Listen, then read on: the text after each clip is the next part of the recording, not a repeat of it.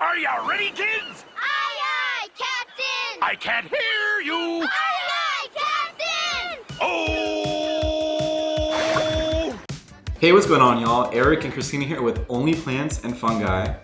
We are so excited for today's video because this is our SpongeBob Special edition. SpongeBob SquarePants Special Edition. So this is the third time on this channel that we are doing a film review. Film, now show. Yeah, show review. I guess this is kind of becoming our thing. We really enjoy reviewing plot-based content because plot-based content helps us empathize and relate to real-world issues. And today we are going to only be focusing on seasons 1 through 4 as well as the SpongeBob SquarePants movie because let's just be real, it goes downhill after season 4. That's the best season.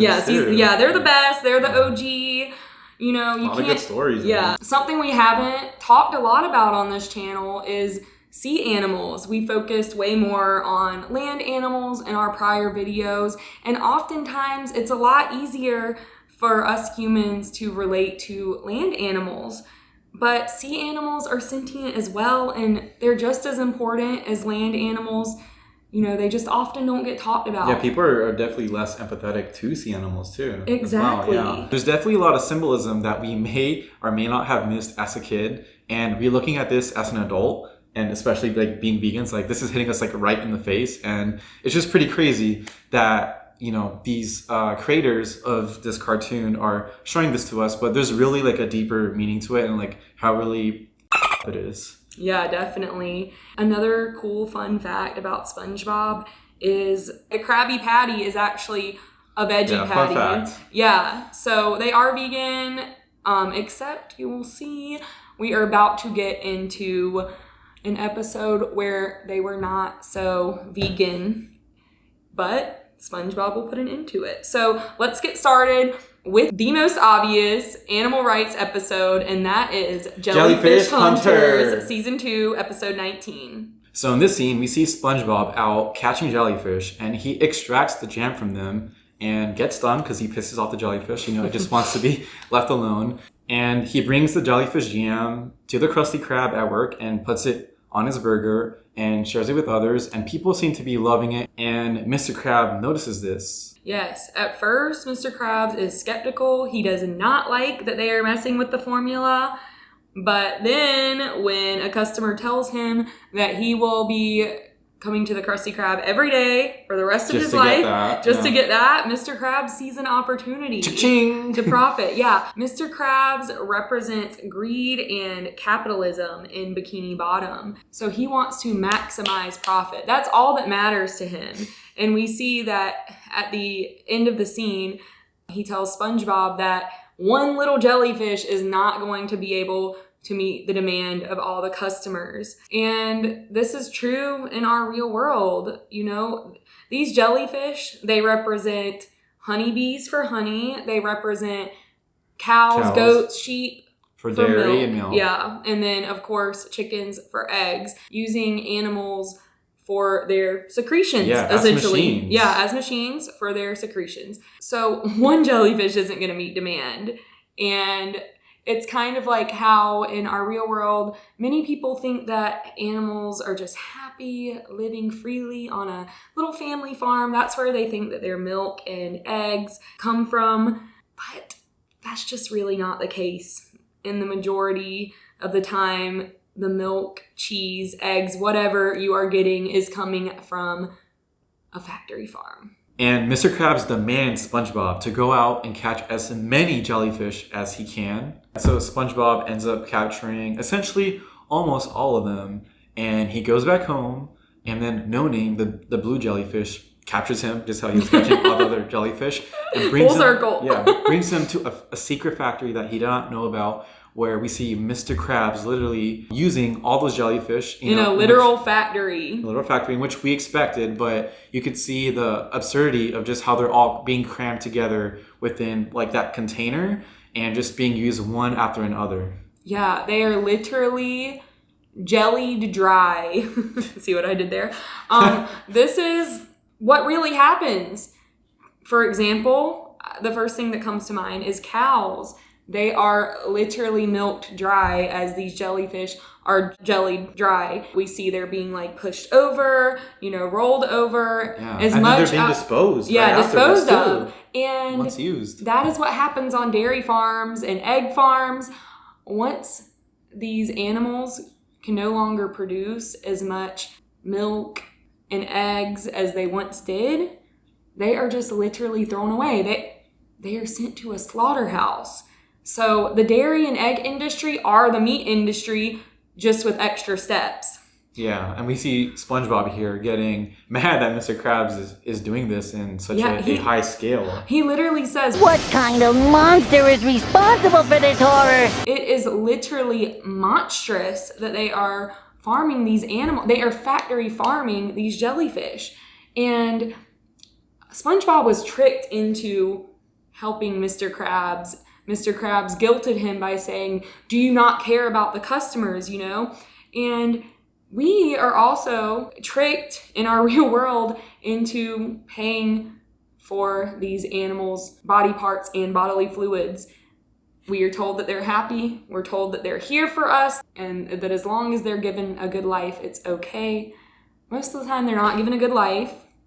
And even when they are, in the very rare cases, they are still ultimately sent to the slaughterhouse. Yeah. And that's with dairy and eggs as well. I mean, these companies just can't make a profit without that. And that is just how it is at the end of the day.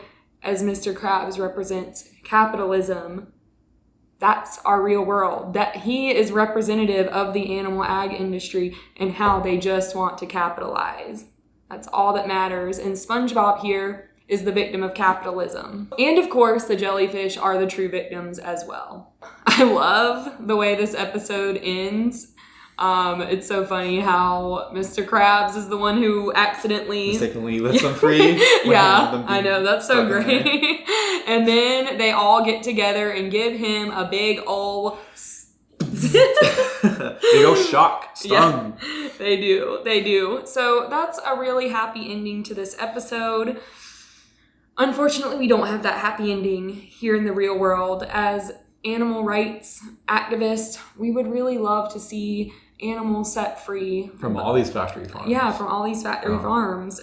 We would love that happy ending, but we're not there yet, and that's why we're making these videos, because one day we would love to get there. And another thing that I noticed at the end of this episode is when SpongeBob vows and promises to only ever use his jellyfish net for sport going forward. So this is reminiscent of in the real world how many people fish and don't see the harm in it because they throw the fish back. As I'm just going to call my family out here really quick. My family does this, and as a kid I did this as well. We would catch fish and we would throw them back. Cut them, they end up bleeding, they're suffering, they feel pain. Exactly. And you're scaring the crap out of these fish. Like, they're literally out of water. They're flapping their tails all around, and they clearly do not appreciate that. They do not appreciate being used for sport.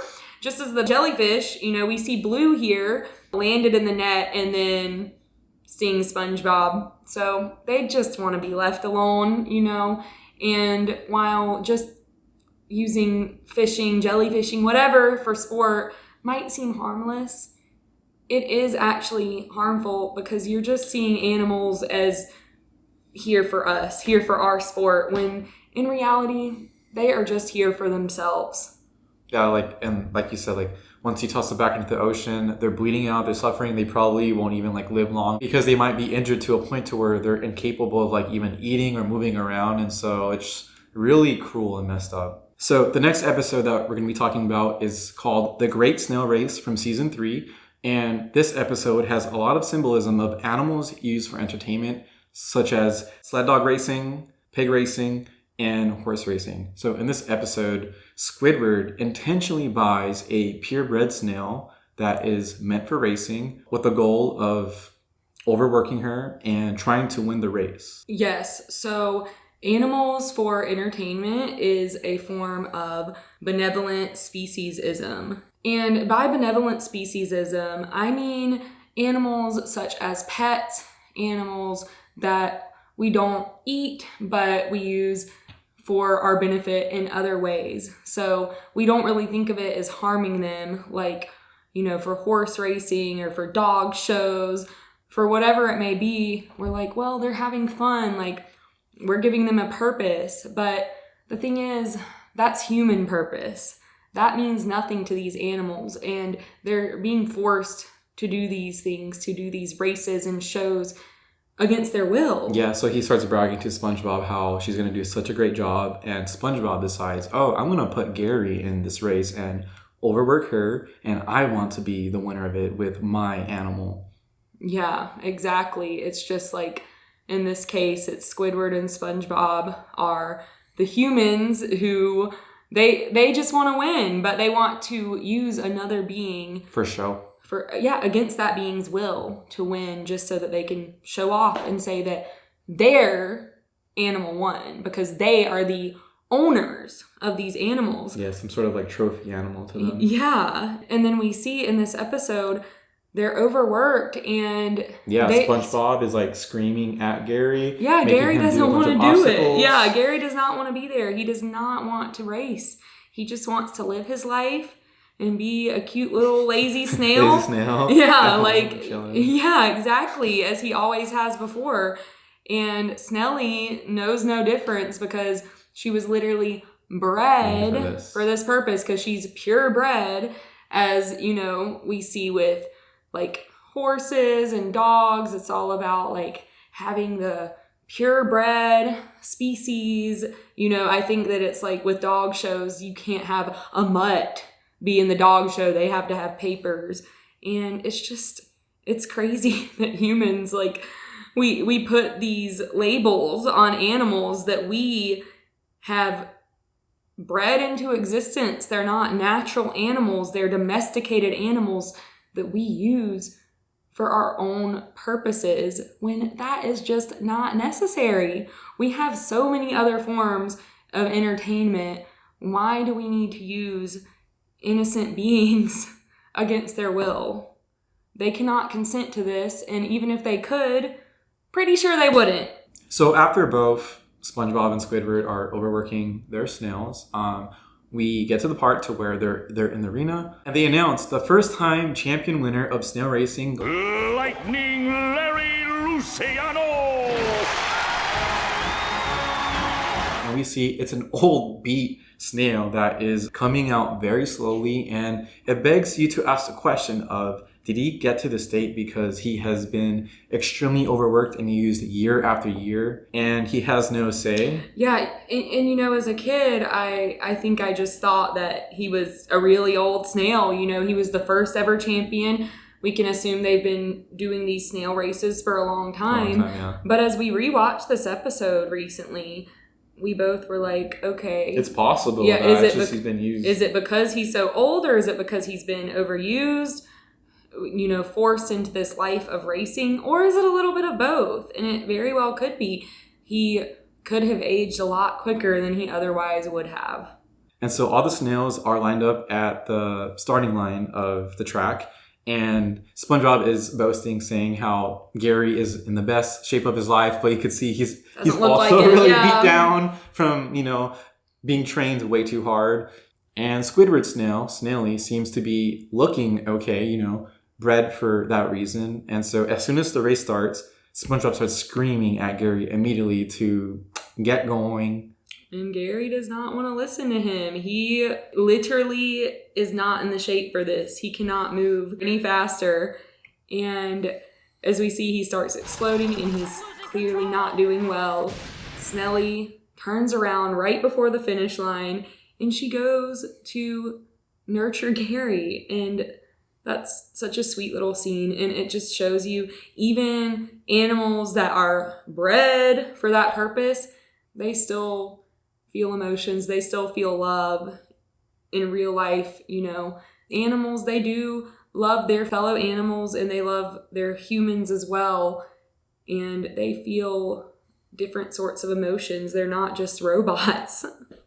they're not just machines, and they should not be treated as such as they are when they're used for entertainment. As we saw with Gary, like as soon as he was on the track, he had difficult time breathing, and then he started breaking down and spinning, and he drifts off to the side and explodes. But in the process of this, like his eyes were blowing up, and just how with like horse racing, once horses get injured during the race, they're still forced to finish. And so you could see the huge neglect in caring for the animals at all. It's all about for profit or for people boasting about like whose animal is better.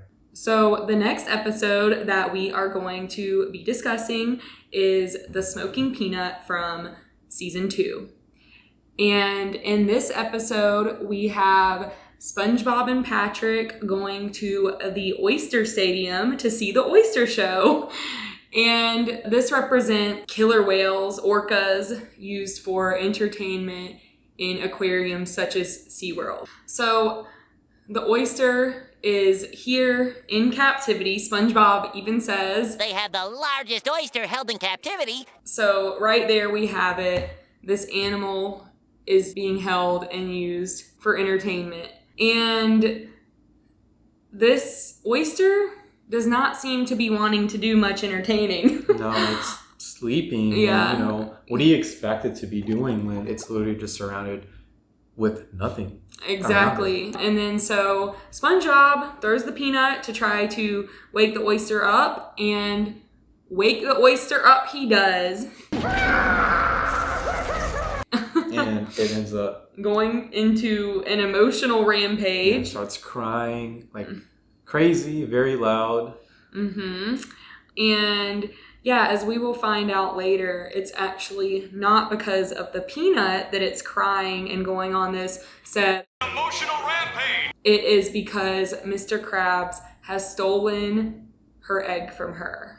And so all of that crying is reminiscent of how animals in the real world cry and wail and scream when they are separated from their children. I'm sure many of you have seen the documentary Blackfish, and the first thing that came to mind to me was a baby orca was separated from his mother, taken to a different aquarium location, and the mother was crying and crying. And this is not just animals in entertainment, not just whales, orcas. I know a lot of people say that they can empathize more with orcas after seeing the documentary Blackfish because of how intelligent those animals are. But we have to remember that it doesn't matter how intelligent an animal is. Dairy cows who are separated from their children will cry and scream as well. And there is even footage of dairy cows following the trucks, their babies being taken away from them. All types of different animals experience this because of humans. Yeah, and at the end of the episode, Patrick ends up getting accused for throwing the peanut, and so he gets tied up in captivity with the oyster, and people seem really upset that he was the one who did that. Even though SpongeBob was actually the one who threw the peanut. And as we just mentioned, that the pearl ends up being an egg, and the oyster has a baby. People start cheering for that, and that they're happy it's being born there, but it's just kind of crazy how people are more upset about the peanut and making it cry versus it living its entire life in here. So this episode, Hooky, comes from season 1, which is quite possibly my favorite season. It's so different from the other seasons, and it just has a completely different feel that feels like quintessential SpongeBob. So in this episode, at the very beginning, we have the voiceover that says, Fishermen have quite an effect on our undersea friends. That is how this episode starts, and I think that is so important because that's already the hook of the episode, the hook of Hooky. The hook of Hooky. And it is so true. Fishing has a huge effect on our underwater friends and the ocean as a whole. And I think that by framing them as our friends, that's really helpful in seeing them as friends, not commodities. Yeah, they're here with us, not for us. Exactly. We did some research and we found that overfishing is pushing nearly 40% of fish stocks past their biological breaking point. Yeah, and that there's a lot of bycatch that's killing a lot of unintentional sea creatures such as whales, turtles, sharks, and even more. And bottom trawling, where they use the huge nets at the seafloor, scraping everything in its way. Yes, exactly. Is destroying seafloor habitats. Also, many of this so-called ghost gear, which is gear that is lost in the ocean, is left for many, many years, never found, and just ends up polluting. Yeah, and many and many sea creatures become trapped in there. Yeah. So it's causing more harm than it's even intended to. Like, it's obviously, we're trying to meet demand of people wanting seafood, and that comes at a great cost. And now tuna, as they've mentioned in this episode actually, are an endangered species because of overfishing. Everybody wants tuna. I know, and we just take these huge, beautiful fish and like they're nothing, we just put them in a can of tuna. They are sentient creatures. Fish and sea animals are sentient as well. They also mentioned how essentially they're using sea creatures to be used in the gift shop for people to just use as like decoration in their homes or wherever else that they want. Mm-hmm. And we could see that, we're really not valuing the lives of sea creatures at all and just using them for our own satisfaction. Exactly. And what I really love about this episode, and this differentiates from the other episodes that we've covered, is that it puts SpongeBob and Patrick as the direct victims. They are the personified victims rather than, in the other episodes we had animals that were used for entertainment and food. Here, it's SpongeBob and Patrick that are in danger of their lives. Yeah. So we can really relate to them. Yeah, and then from their point of view, they see all the hooks in the bottom of the ocean, in different colors, shapes, and sizes with food on it, and they're not really thinking much of what this could be. They actually think it's like an amusement park or carnival for yeah, them. Patrick thinks that's the carnival. Yeah. Yeah, it's like a game for them. And so you see them roaming around it thinking it's fun, and they start taking turns going up in the air with the hooks, not actually getting hooked yet, but we all know that this is very dangerous for them. Yes, exactly. And Mr. Krabs tries to warn them. They don't listen, and they teach SpongeBob a lesson. But poor Patrick ends up in the tuna can. Yeah. So this is a fun, hilarious episode, but we can see that the deeper meaning of essentially how sea creatures could just easily be living their life and enjoying it with their families and end up in a can of tuna, or a gift shop. Or gift shop. Speaking of gift shops, that leads us to the SpongeBob SquarePants movie. And I have seen this movie more times than I can count throughout the years. It's just such a great movie. It will never get old. For those of you who haven't seen it, essentially Patrick and SpongeBob are on their odyssey to return Neptune's crown. They are on their way to Shell City. And I just remember as a kid when it comes to the end of the movie, and they do end up, unbeknownst to them at first, in Shell City. And then we find out that Shell City this whole time has been a gift shop. Freaking gift shop. Yeah. Full of a bunch of sea creatures just used everywhere. I know. That you could buy. Exactly. I just remember that sick feeling that I had as a kid the first time I saw this, because we're seeing all these animals dried up, dead, that we see in SpongeBob and love, because we can relate to them. This was a huge plot twist of the movie as well. Yeah, huge plot twist. And then we have the scuba diver who kidnapped SpongeBob and Patrick, still in his scuba suit, which makes him look more like the villain and less like a human that we could relate to. The green old face. Yeah. Yes. And so he sets them down on a table and puts a very bright and hot light hitting them. And it's essentially frying them alive. Yes. And this just makes us so sad. It makes us really empathize with them. But when they find out they made it to Shell City, that's when everything turns around for them. And their sweet little friendship teardrops saves the day.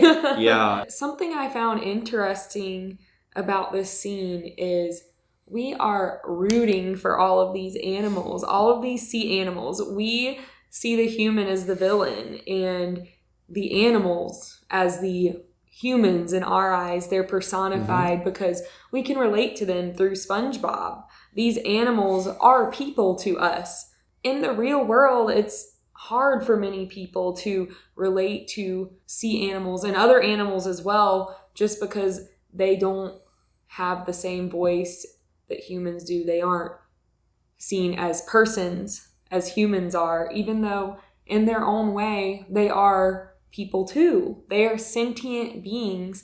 They may not share our language, but they share their own language. They share their own thoughts. They're still experiencing the world from their point of view, and their lives matter to them. Exactly. And so, as we could see with SpongeBob, it shows us a lot of animal rights messaging of how animals could be used for food and profit, entertainment, for sports. And we could see from their perspective how easily it is for their lives to be taken away in a blink of an eye by humans. And so yeah, let us know in the comments if we missed any other animal rights messaging potentially from any other episodes. And again, thank you for watching, and like and subscribe. See you next time. Bye.